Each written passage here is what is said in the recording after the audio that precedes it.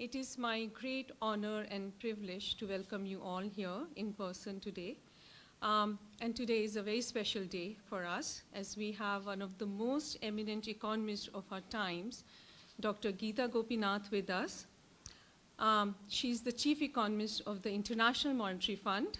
And as you all may know already, she has accepted a very exciting offer to be the next FDMD of the IMF, first Deputy Managing Director of the IMF. And I think she's going to be assuming her new role in January next year. We congratulate her and we wish her all the very best in her current role as well as this very important new role that she's going to be assuming soon. Now, Dr. Gopinath is very widely known for her cutting-edge research, but as well as for her keen policy insights, both in India and globally. Her work and numerous accomplishments speak for themselves. And in fact, she's so well known that I'm choosing not to introduce her formally to you. I'm not even sure whether I can do justice to it, even if I try. She's one of the few who have straddled the worlds of policy making and academic research really very well. Now, she's going to be talking today about the global recovery from the pandemic, policy challenges in 2022. Dr. Gopinath will try to unpack for us the impacts of the pandemic on the world economies and the outlook for economic growth in the year to come. It's also our first in-person event in about 2 years. And we are really very excited to be hosting it in person, but also live streaming on YouTube. With that, let me not take any more time. A very warm welcome to you all again. And let me turn the floor over to Dr. Gopinath. Thank you. Thank you, Poonam. It's a pleasure to be here, and thank you all for coming. You know, these times are so uncertain that it's never clear whether we can actually have an in-person event or not. I'm glad this worked out. And I have not known Poonam personally, but I have heard a lot about her from her former colleagues at the World Bank and at the IMF. And so congratulations to you, because it's relatively recently that you took over as Director General of the NCAER. So congratulations there. I'm going to use about 10 minutes or so, or maybe 10 to 15 minutes, to give you a quick overview of how we see the global recovery, what are the risks on the horizon, and what are the main policy challenges that everyone will have to grapple with in the coming year.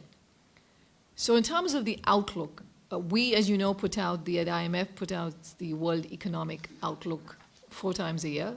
We did it most recently in October. And our projections were for the global economy to grow by around 5.9% this year and 4.9% in 2022. So that was our projection in October. So the question is, how has that held up, or what are we seeing in the data in terms of global growth projections?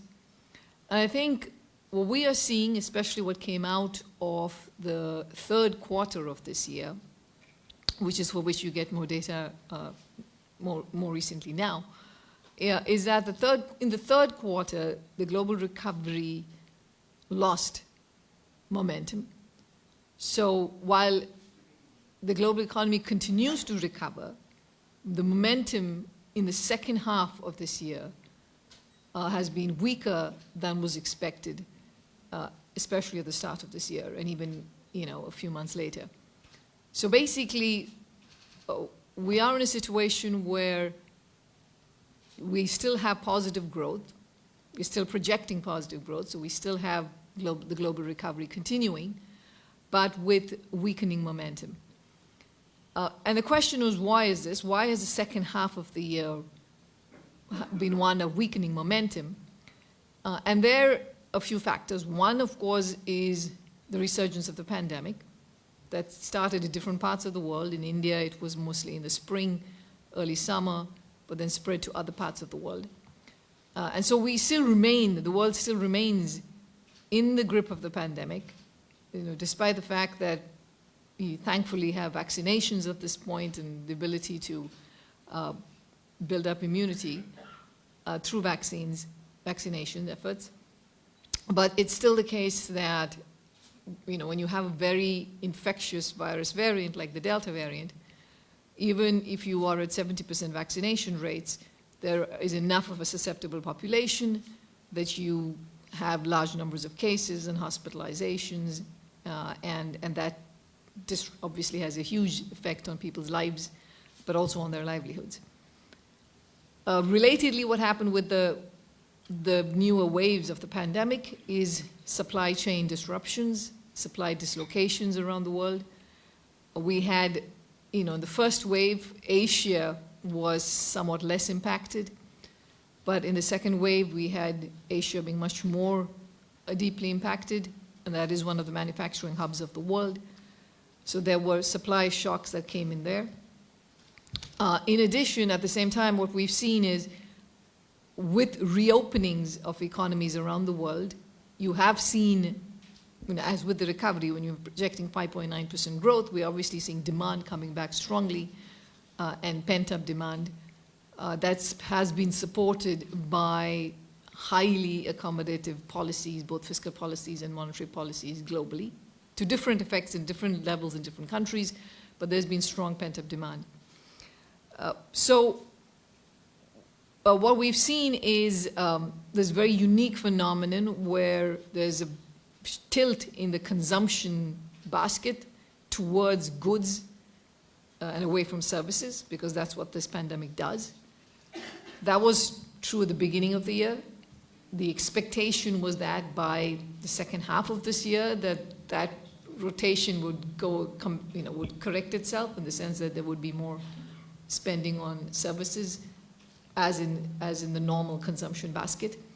But that hasn't happened. So there continues to be this big demand for goods. And so the disruptions we're seeing on the supply side is not just a fact of pandemic-related disruptions, but also because of very high levels of demand for goods overwhelming the supply chains. And you see that to different degrees. It's particularly stark when you look at the US in terms of the very high levels of demand for goods, ports where you have a lot of ships that are waiting to still unload goods.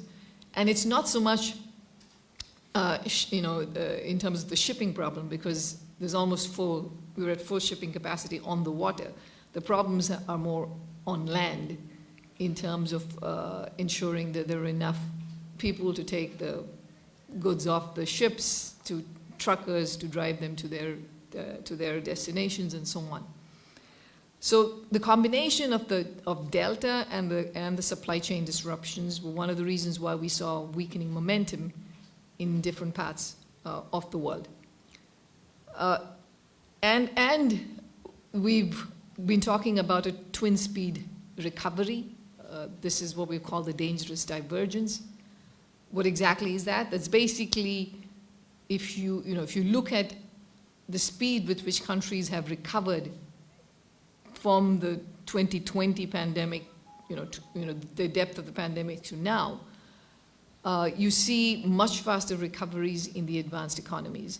So as a group, of course there are differences across countries, but as a group, advanced economies have come back strongly, and the expectation is that by next year, the advanced economies as a group will be back to pre-pandemic trends, which means basically that their economies would be functioning at the levels at which they would have been functioning in the absence of the pandemic, based on our prior projections. But on the other hand, for several emerging and developing economies, we have a significant persistent effect, which is that our projections are for many of them that they will not return to pre-pandemic trends, into the next 2 or 3 years, which is what our forecast horizon is. So this is the divergence that we have flagged, and unfortunately that has just persisted round after round of our forecasts, that you have this dangerous divergence. Now, the reason for that divergence, of course, is, one is very different levels of policy support that have been provided in emerging and developing economies relative to advanced economies. About $17 trillion of fiscal support was provided globally during this crisis, $17 trillion and counting, but most of that was in advanced economies. Secondly, of course, vaccination has been hugely uneven across the world. We are in a situation where 70% of high-income country populations have been fully vaccinated, while that number for low-income countries is less than 4%. So there's a very big difference between vaccination coverage in high-income countries versus in low-income countries. And this again is creating, deepening these divergent recoveries.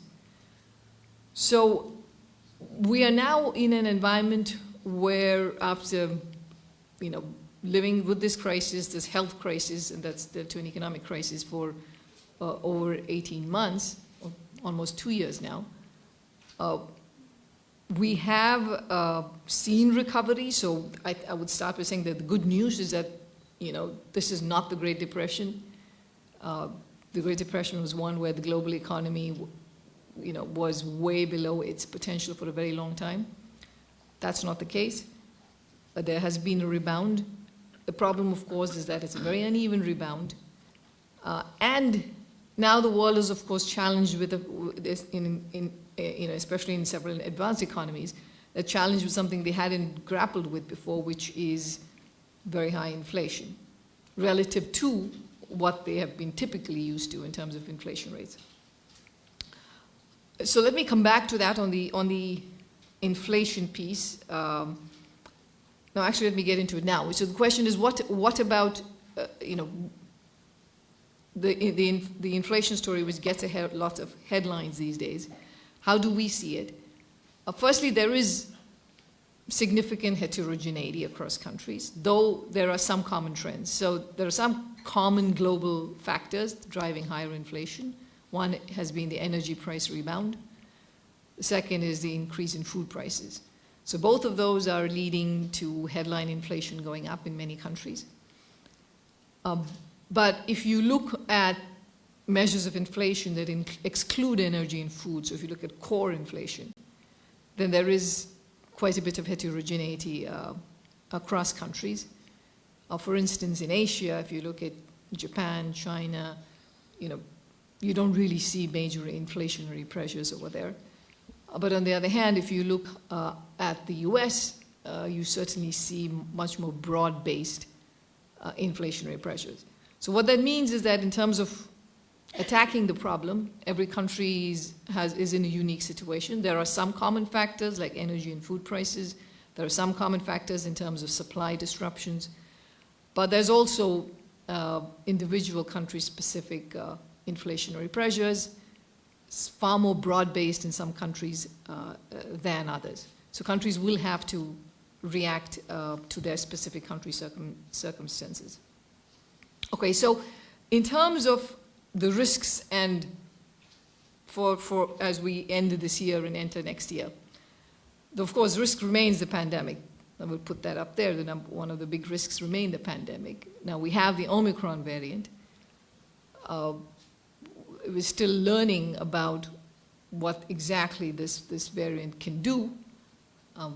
The evidence so far seems to suggest that it's more transmissible than the Delta variant, that it has more, vaccine escape capacity than the Delta variant, though it's still, at least when it comes to severe illness, it seems to still provide, vaccines still provide protection, which is good news. And then there is the question of whether, conditional on getting infected, how severe is the disease, and that seems to be some suggestion that it is somewhat less severe than Delta. But if you take the combination of a much higher rate of infection, even if a smaller fraction of those infected are going to be hospitalized, that you could end up very much in a situation with overwhelmed hospitals, and that itself will need then restrictions on mobility and restrictions on travel, which we've already seen come up. So that already has implications for the global economy in terms of, because of the kinds of restrictions that are being put in place.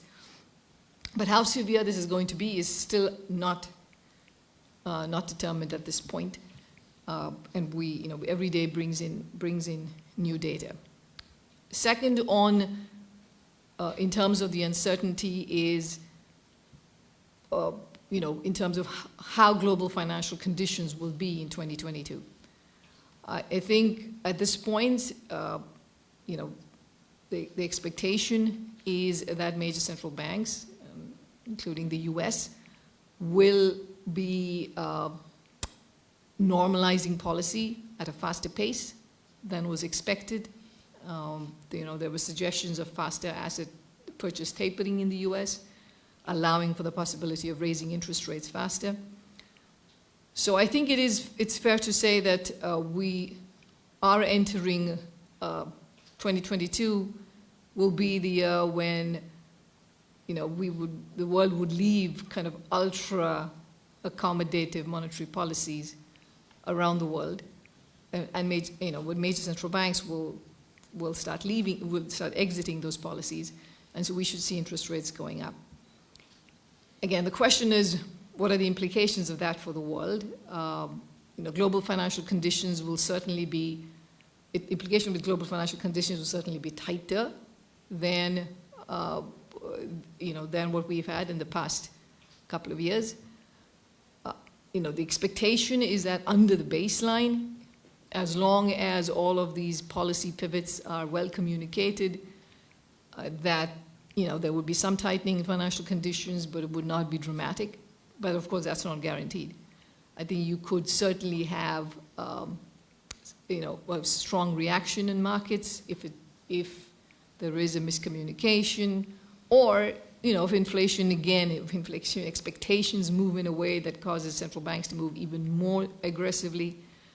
And so I think, from a policymaker's perspective, I think one should prepare for global financial conditions tightening in next year. Obviously one can always hope for the best, but prepare for the worst, as they say. And so that's, I think, one of the important issues that policymakers will have to grapple with going into next year.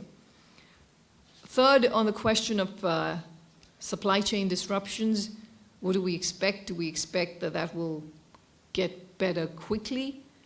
From our surveillance and what we've gathered in terms of what's likely, it seems like supply chain disruptions will last into the middle of next year. So it's mostly, if there's going to be a significant easing, it'll probably happen in the second half of next year. So these kinds of disruptions will last for longer than was expected at the beginning of this year, for sure. So these disruptions will stay a while. We have new shipping capacity being built, but that's going to take some time for it to come online.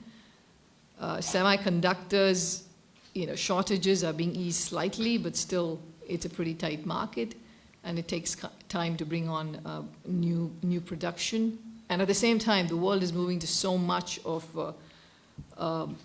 digitalization that the demand for chips is going to show up in many different kinds of products and services. So that will stay elevated for a while. Energy prices are expected to peak in somewhere in the beginning of next year, the first quarter of next year. That's very typical. During the winter, it peaks and then it comes down. So that should be at least in terms of inflation, should be a dampening factor. Food prices are also elevated, but the expectation is that they will also come down over time. However, because there is a lag between when energy prices go up and food prices go up, and when they show up in retail inflation, some of these inflationary forces will persist into next year. So again, from a monetary policymaker's perspective, I guess this is a tricky decision to make, because on the one hand, you have the uncertainty around the pandemic, the implications of that on demand and on supply, and whether you should be moving, what you should be doing on the policy front. I think that what the experience in the last several months has shown is that a lot of these pandemic disruptions seem to have a big negative supply effect because of two reasons. One, it remains the case that people continue to spend more on goods than on services, and so goods demand remains elevated, and that rotation is not happening.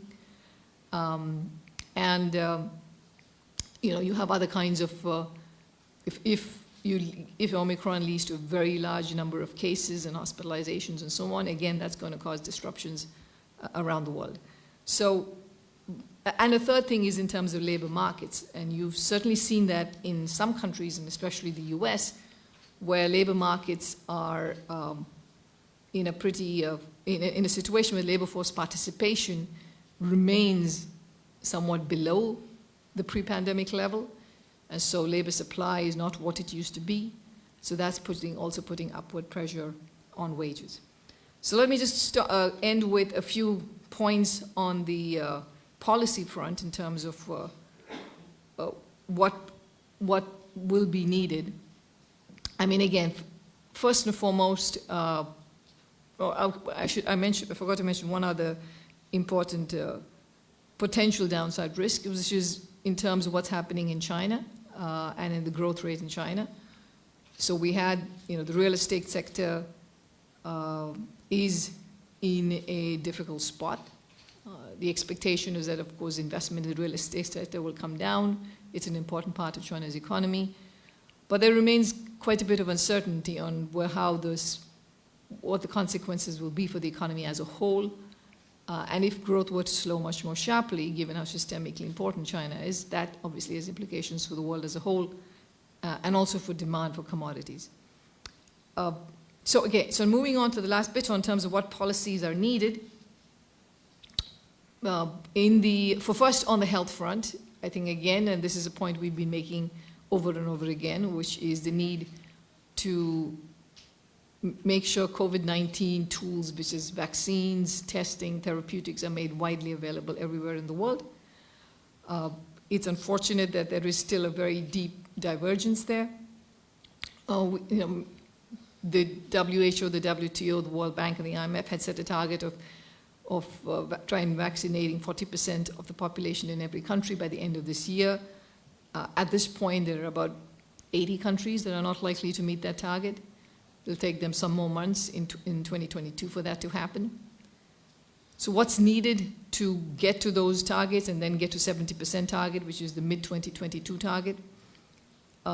Firstly, you need to get supplies remain a problem, which is that you need to get enough supplies to these countries.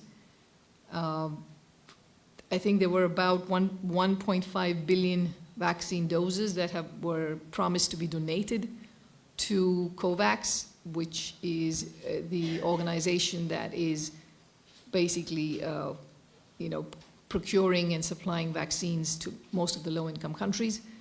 Of the 1.5 billion doses, about 300 million doses have been delivered so far. So it's important to make sure that much more of those doses are delivered. Second, it's important for manufacturers to prioritize deliveries to COVAX and AVAT. So I have some numbers, which is that so far COVAX has received only 18% of its contracted doses, while AVAT has received only 13%. So it's important to get those doses actually going to these countries. And third, of course, country readiness is very important, so that to make sure that when the vaccines arrive, that you can give shots in arm. Sometimes there's a lot of talk about how it's all about about absorption capacity of the country and not about supply. I think that's incorrect. Supply is a big part of the problem. Of the 80 countries that I mentioned that are not online to get to 40% coverage, it's about a third of those that have also absorption capacity issues. but again, 2/3 of them, for them, it is a supply issue. Secondly, in terms on the policy front, on monetary policy and preparing for somewhat tighter global financial conditions, I would say first, of course, in terms of the policy front, it's important for major central banks to be very cognizant of their, how they communicate policy shifts, because again, given that they're dealing with unexpectedly high inflation, their response will have a surprise element to it. So to be able to telegraph very clearly the reasons why they are changing their policy actions, and as best as possible to give forewarning, that would be important to make sure that there are no taper tantrum kind of episodes. From an emerging market and developing economy perspective, also it's important, what we do know is countries that have a large amount of foreign exchange reserves, countries that haven't borrowed a whole lot in these last few years, that have less dollar exposure, they have more insulation to this kind of an event. So it's helpful for countries to, make sure that their fiscal house is in order, at least from a medium-term perspective, to make sure that they can extend maturities of their debt as much as possible, and to have make sure that the regulation prevents too much of dollar or foreign currency debt accumulation. On the fiscal front, debt levels are at record highs, almost record highs. So public debt is at close to 100% of global GDP. The world is in a situation where it's hard to do what it did at the beginning of the pandemic in March of 2020. Most countries don't have the fiscal space for it, and you're seeing unwinding of fiscal policies everywhere in many parts of the world. Next year is going to be, most of the measures are going to come off in 2022. And so, I think countries will have to make sure that they will have less fiscal space to deal with their economies. If again, there's Omicron causes another round of huge disruptions, then many of them will just have to be much more targeted in how they support their economies, because there's not that much space. And there are some countries that, of course, have very high levels of debt. About 50% of low-income countries are either in debt distress or high levels of debt distress. And debt restructuring will be an important part of the solution. And of course, I'm going to leave with just the last bit that there's, of course, many other challenges that the world is facing, and climate change is a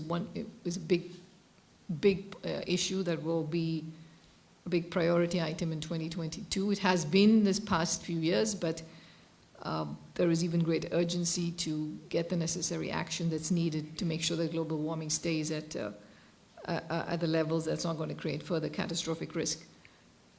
But a lot more needs to be done. Much more ambitious targets have to be set in terms of carbon emissions reduction. Much more climate financing is going to have to be made available. The amount that's required is in the trillions of dollars, so that's a very large amount of financing that's needed for climate for investment.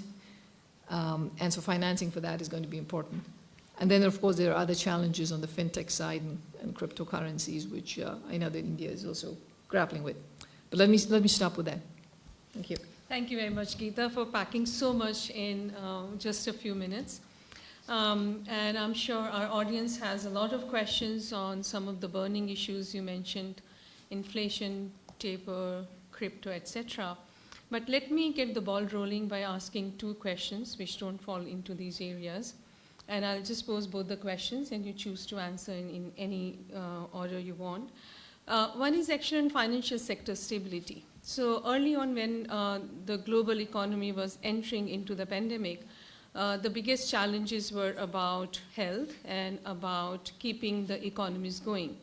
And I would say, and as you mentioned, there have been rather some success in both of these cases. A bigger success perhaps has been, for most part, keeping the financial sector stable. And when I say financial sector, I mean banks and NBFCs, not financial markets. Do you see that this stability is going to remain with us, or do you think there might be challenges ahead for us, and if so, how may they be addressed? A second question has both an India-specific and a global appeal, and it's coming from my two young colleagues, Kavya Singh and Abhinav Tyagi. And it has to do with the fact that we keep hearing about a demographic dividend that India will reap or is already reaping. And at the same time, we don't see Indian women playing a full role in making it happen, in helping leveraging this dividend. And so what role do you think women can play in fully contributing to growth? Will it just take a few more role models like yourself?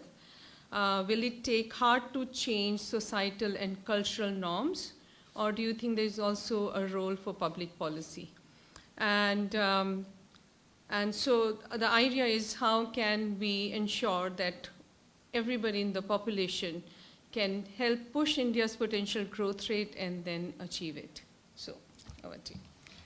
Thank you.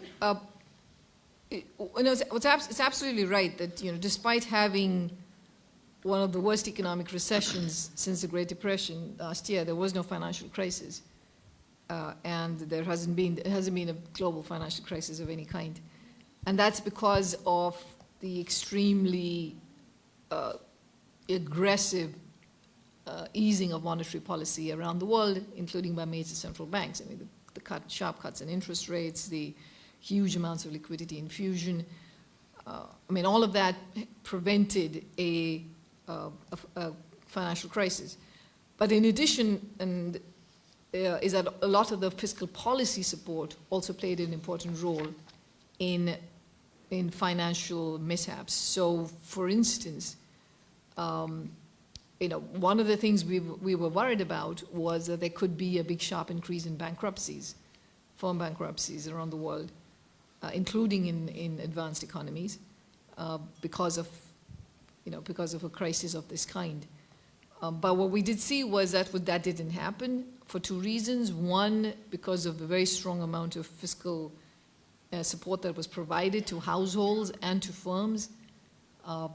They managed to survive, and with, again, demand coming back very quickly, including for services sectors, even though it's below pre-pandemic levels, many of these companies that we thought would be at risk of bankruptcy are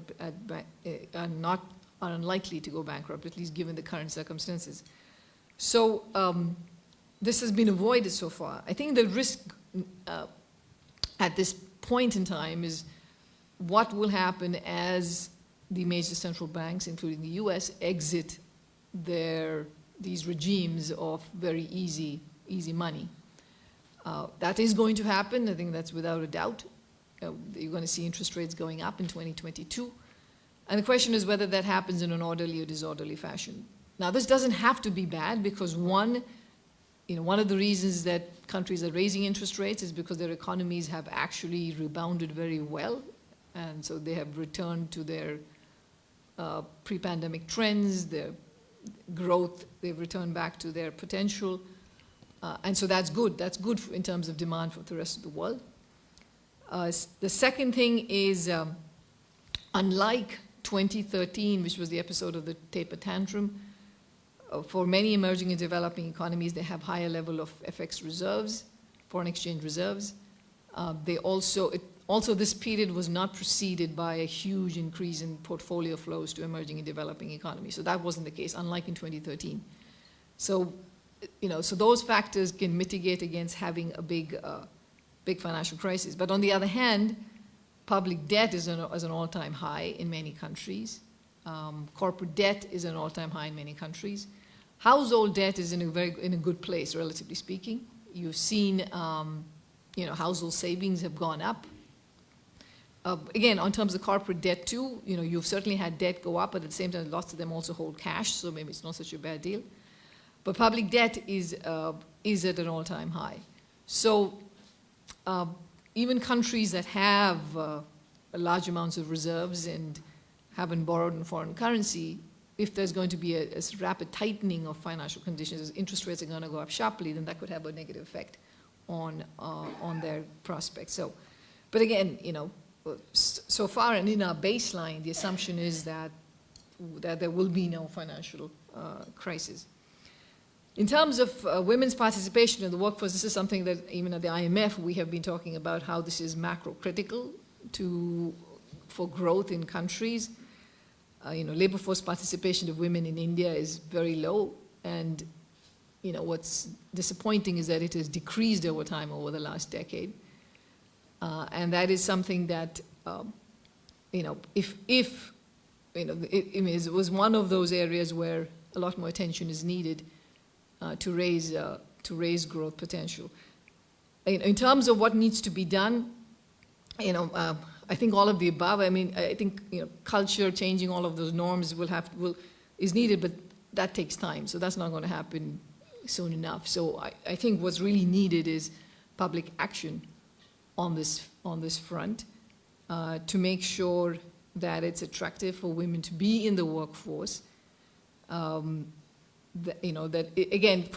Depending upon the country, the policies, the actual policy actions will be different. In some countries, the problem is that it's not attractive for women to work from a tax perspective, because you get taxed, your households get taxed has a higher rate when both the man and the woman work. That has to be addressed. In some other parts of the world, the problem is of just security for women, of being able to get to an office and to make sure that they can reach their workplace, and they don't have to be worried about security issues, and that can be a big factor that holds back women's participation. I think in many countries of the world, there still remains a problem, is that women are both the caregivers at home, both for children, for elderly parents, and they have to also do the work, which is just kind of unsustainable at that level. I think this is huge. Japan needs to have greater labor force participation of women. That's one way that they can grow, given they have a shrinking population. But again, in countries like India, creating the environment, firstly making sure that women get the education, get the right education, get the right skills that's needed to participate in the labor force, to make sure that there is, that they have the security, the support system that's there from society to be able to participate in the workforce. I think that's absolutely essential. I've looked up studies and trying to understand what explains the declining trend. Of course, some of it is just apparently is fact that because incomes have gone up, some women are substituting away from work. But this is happening at a much lower level of income than other countries, and so that doesn't seem like the right place to be. And secondly, also making sure that women, when they are in the workforce and whichever organization they're working in, that they are recognized for the value that they bring, that they are, get the promotions that they deserve, and none of that comes automatically. So it's very important for management in firms and in companies to set the rules in terms of making it very clear that we need greater gender equity and gender parity in our organizations. And from everything we've studied, that has been incredibly helpful for corporations and institutions and countries around the world. Perfect. So the floor is open. Please identify yourself and ask the question. First one to Mr. Berry, second to Moshmi, third to. Yes, Suman Berry, former Director General here. I think, we were talking earlier, and India will succeed Indonesia as the chair of the G20, and I believe now will be followed by Brazil. And so you have 3 emerging markets in a row who have an opportunity to shift the debate a little bit on global growth. I guess many of us still have this afterglow of the first decade of the century, where the emerging markets were on a convergence trend, where there were locomotives for the global economy. And then we had these two shocks, the global financial crisis and now the COVID crisis. So not so much coming out of the wheel, but more broadly, the general work of the research department. How do you think the emerging markets should look at the decade of the 20s? I mean, can there still be an aspiration to convergence? Is there still an expectation that there will be, in some ways, the locomotives? China is a little sui generis, so let's talk about other emerging markets. Because you did talk about the divergence in the recovery, but I'm really asking you to share with us any thoughts you might have on the outlook for potential growth by the large emerging markets. Thanks. Should we collect a few? Sure. That might be efficient. Maushmi? Hi, Gita. Okay. Yeah. So very, very sort of insightful presentation. I'm Maushmi from Delhi School of Economics. My question is that given the global uncertainty and given the disruption in supply value chain, what do you think about potential growth strategy for a country like India, which has a large domestic market, to move back to sort of an inward-looking growth strategy rather than the looking at the world market, the strategy that they have been following, and your organization has been a part of that, making that happen, to make that policy outlook change. But do you think there is any merit to go back in the short run, at least, to an alternative policy which is not so, it's more inward looking, so to speak, at least for a country, large country like India? I have a couple of questions. One of them is regarding the... Sorry, sir. Can you be brief? She has to leave exactly at 5. And so please identify yourself. I'm Vineet from Oxfam. My basic question is regarding the digital divide and the education divide that we are seeing as far as globally is concerned. That will be that will result in a lot of skill shortage as far as future is concerned. And my second question is regarding the lot of debt to GDP that is being generated and which is resulting in a lot of QE and all that. So which is going to lead to further inequality and lot of which can have as far as the future is concerned can lead to economic crisis also. So thanks very much. Thank you. Okay. So on the question of emerging markets and whether they can continue to be viewed as growth engines for the world and potential growth. No, you're absolutely right that the last decade has been one where, if you look at the BRICS and you look at all the other nomenclatures that there exist, there has been weakening momentum in many of these countries, keeping China aside. Then you have this particular crisis, and we talk about the dangerous divergence. So we actually have several emerging markets that were converging to advanced economy per capita incomes that are now diverging in the short term. Now, that said, again, just given the fact that emerging and developing economies are earlier on in their growth trajectory, they will return to being at least in terms of driving global growth numbers, that they will return to being the ones that generate the higher levels of growth. So, if you look at our projections for India, 6.5% growth in the medium term, for many of these countries, so that should come. So again, convergence will come back in. The only problem is that it's taking now much longer than was projected, say, a decade ago. Now, first of all, that's probably not enough. I mean, we need these countries to be growing much more rapidly and converging much more quickly. But there are a few areas where I worry about, of what might slow potential growth. For one, I do think the hit to human capital has been quite severe in this pandemic.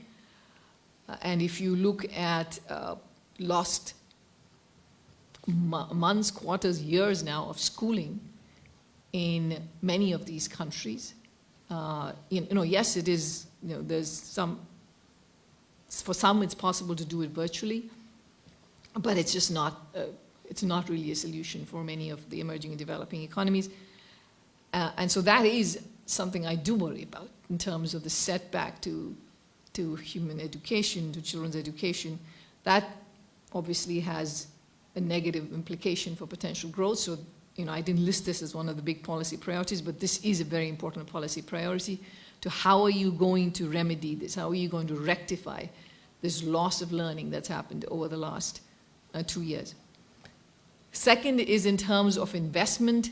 Again, in many countries, investment there has been a couple of years of lost investment. Investment has come back some, but again, not where it would have been in the absence of the pandemic.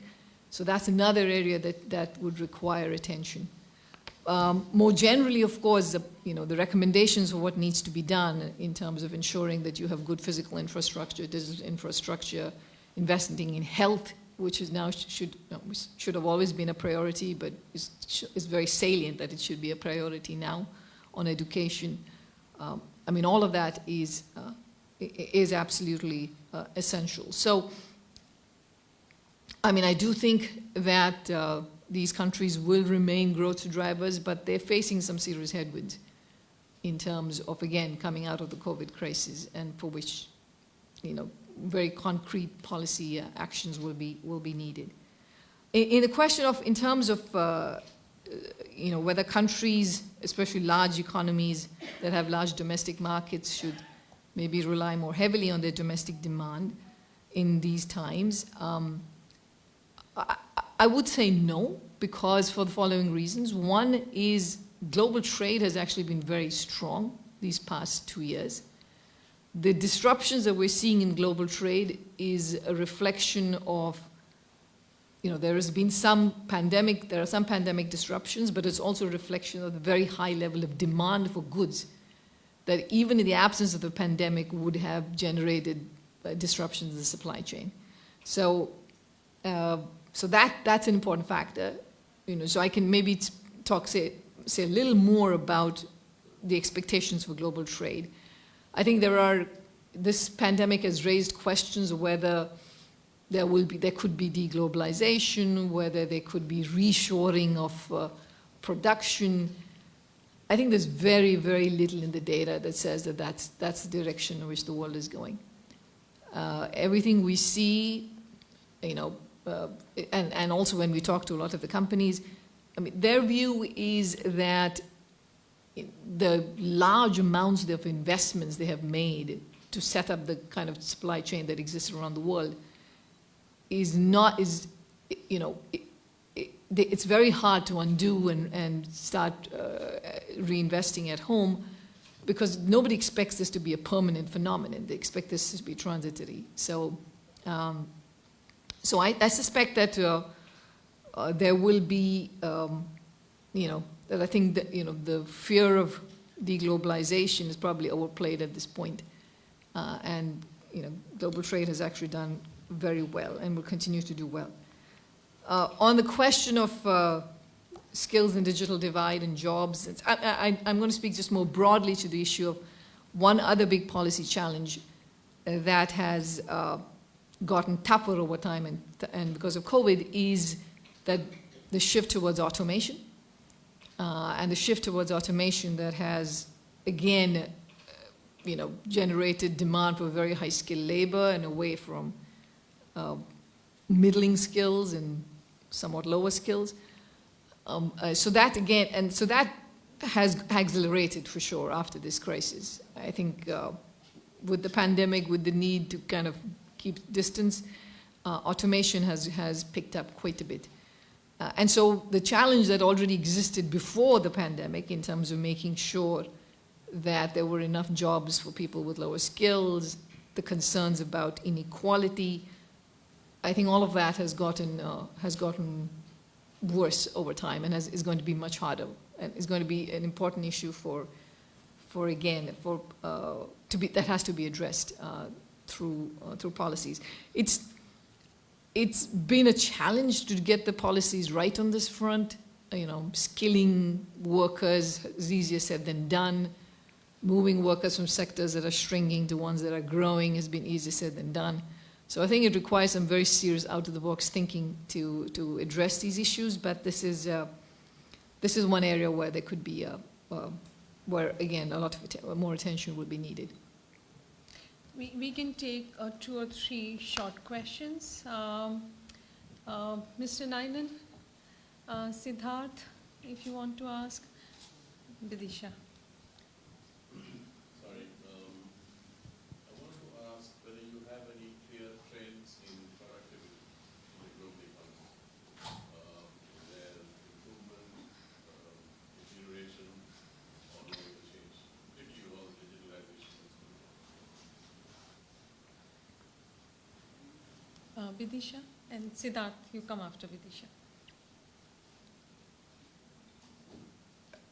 Yeah, so my question was about the divergences that you see within an economy. For example, in India, we are seeing a kind of a 2-speed recovery with some sections doing quite well. In fact, the economy as a whole has, I think, come back to the pre-pandemic level. However, very large segments of the economy, particularly in India, you have a large informal sector, which still remains at struggling and a lot of stress there. So what do you see is the impact on both fiscal and monetary policy? So fiscal policy, for example, must cut down now because debt levels are very high, as you said.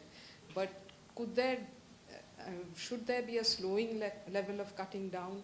Should there be more targeted kind of stimulus measures rather than generalized ones? And on monetary policy as well, should there be more emphasis on the fact that certain segments of the population are not doing well? Siddharth? Hi.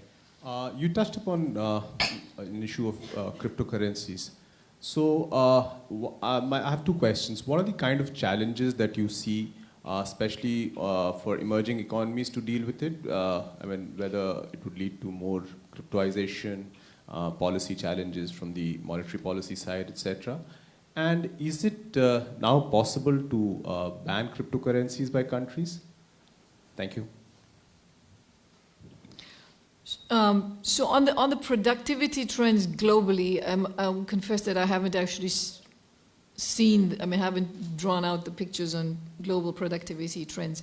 I know that for some countries, like the US, for instance, productivity growth has been very high this year and towards the end of last year.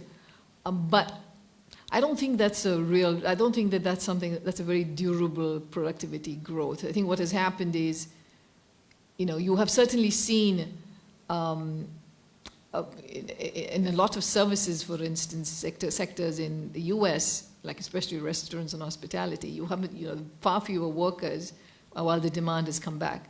So you've seen measured productivity rise quite a bit, but I think that will go away once you have much more of the labor force coming back.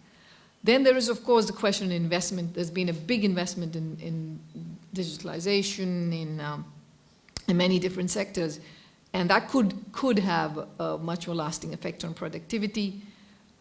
We have some work that's done on that when we look at investments, and especially on IT-related investments, that you have a big boost in terms of productivity. So there is something promising there, but.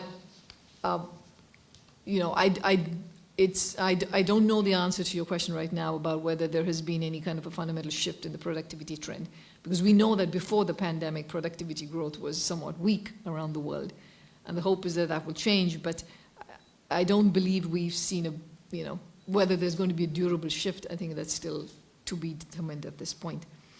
In terms of 2-speed recoveries, divergence within countries, that's true. There are many parts of the world where they have the so-called K-shaped recovery, which is some sectors, some demographics, some occupations recovering very quickly, while others are not. And that's true in India too. And if you look at labor market recoveries, those trail general economic activity-based measures. Even in India, if you look at employment measures, they are, and if you take into account the drop in labor force participation, I think there are lots of people who are out of a job who need to still find a return to pre-pandemic levels of employment. So that is a big issue. If you look at the corporate sector, the large-sized firms are doing well, but the small firms, the medium and small enterprises, are struggling. So exactly, you're right. From a policy perspective, this is a challenge because on the one hand, there's only that much fiscal space. India has core inflation that I believe the most recent reading was slightly above 6%.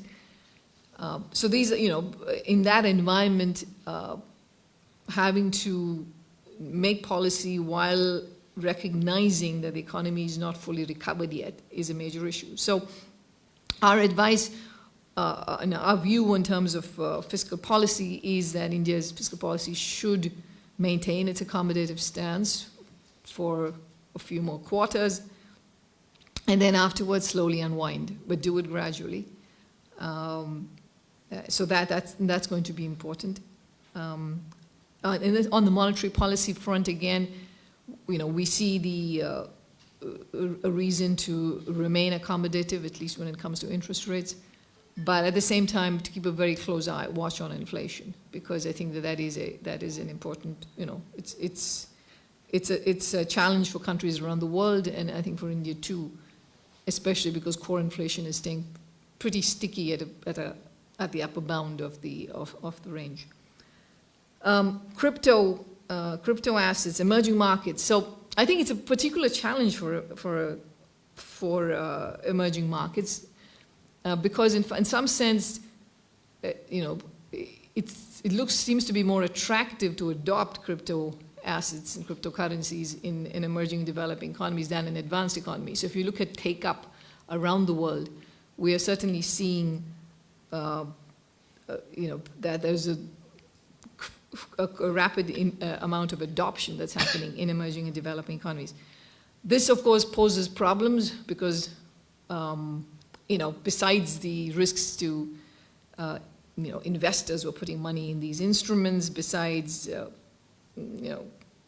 households and consumers who may be dabbling in this, there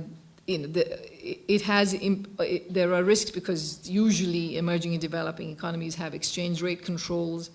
They have capital control, capital flow measures, and these are all, crypto assets can be ways to evade those kinds of regulations. So there are unique challenges that emerging and developing economies face.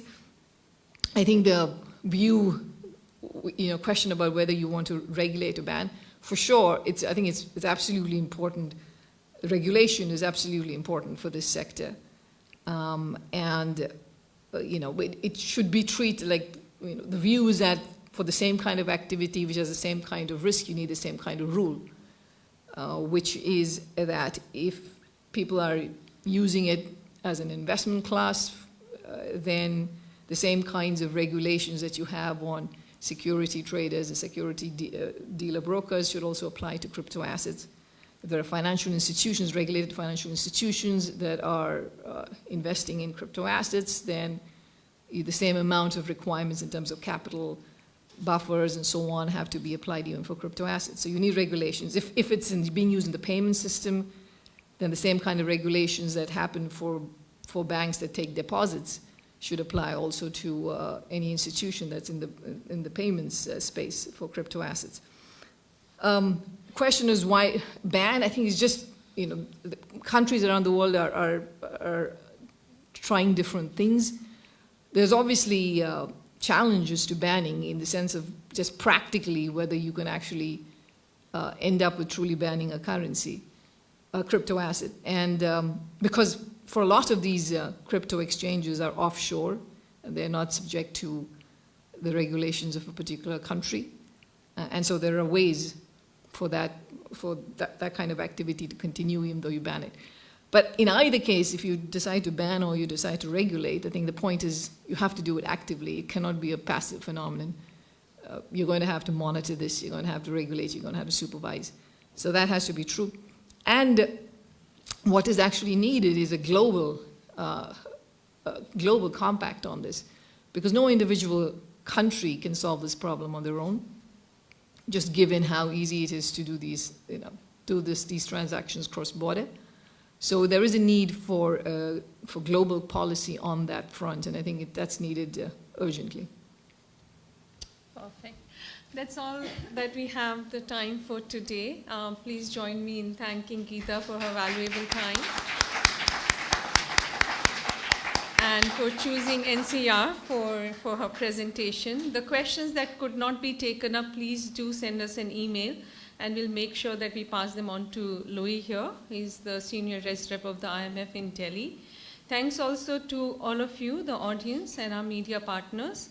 And last but not the least, the IMF's team in Delhi, who made it possible for us. Do continue to engage, Geeta, in your new role. If there are any questions that you want to be answered on India, you know where to go. NCER is the place. Thank you very much. Please join us for a cup of tea outside. Geeta has to rush for another event, another engagement, but we all can stay back. Thank you again. Thank you. Thank you.